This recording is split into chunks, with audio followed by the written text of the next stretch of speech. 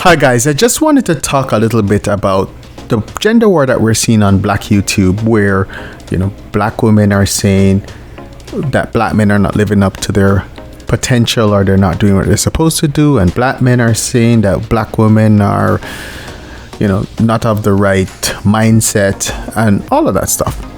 And, it reminds me of about a little over 15 years ago when I met a young man. He was of Asian descent, and we were sitting down having lunch, and we were both young professionals, going through things and figuring out stuff. And I said to him, "Are you married?" And he said no. He said he's going to work on a few things.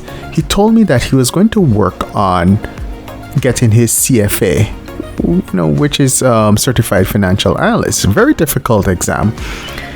And he said that what he wanted to do was have everything in place so that he can have that life for himself. So one of the things he said that, after getting his CFA, he's going to move out of his parents' house and get a condo in the downtown area. And then later on, when he decides to get married, he'll sell that condo and buy a house in the suburbs. Well, years later now, I know him still, and everything that he said has happened and more. He now lives in a very nice 4-bedroom house with his wife. They don't have any kids as yet.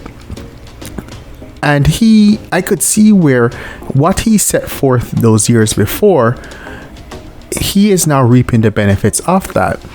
And then when I think of a lot of young men today sitting down, wasting time talking about, Black women this or whatever women that, and it's not only young Black men, you've seen it outside of others in MGTOW and all of those other groups. The focus should be on becoming productive and innovative. And that's one of the things that I find that if you are conscientious, and I like that word conscientious, Jordan Peterson uses that word a lot. And before I even knew what that word was, it's there in the corporate world. You go to work, but you don't just go there to do a job. You actually embrace understanding the job, and you take pride in doing that job. And that's conscientiousness, taking pride in your work, taking pride in the results, being very conscious of the fact that you are earning money for your labor, and in doing that you do the best job that you can. And a big part of it is also becoming innovative. Part of it is trying to be efficient. I heard about Bill Gates. He said, give a lazy person a hard job to do, and before you know it, they'll cut corners and make it more efficient.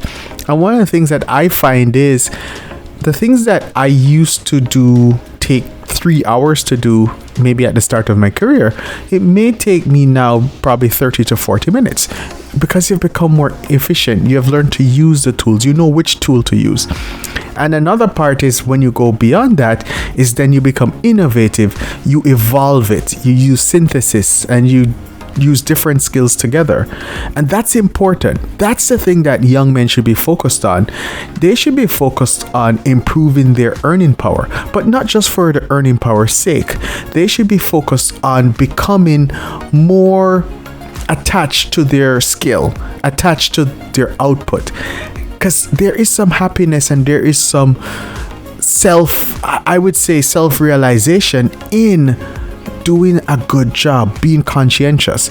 That should be the focus. This gender war is nonsense. In the end, the guy who has a great career, has great skill sets, is innovative, will have a better life. 99 out of 100 times he will have a better life. That's what the focus should be on.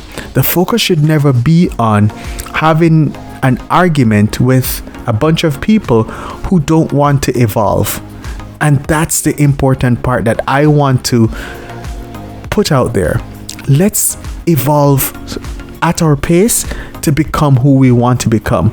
When I sat with that young man about 15 years ago, I saw someone who stuck to a plan, and I see the result now. Happy is the man that figures out in his 20s, what he should be doing to get to being happy in his 40s. That's important. Thank you, guys.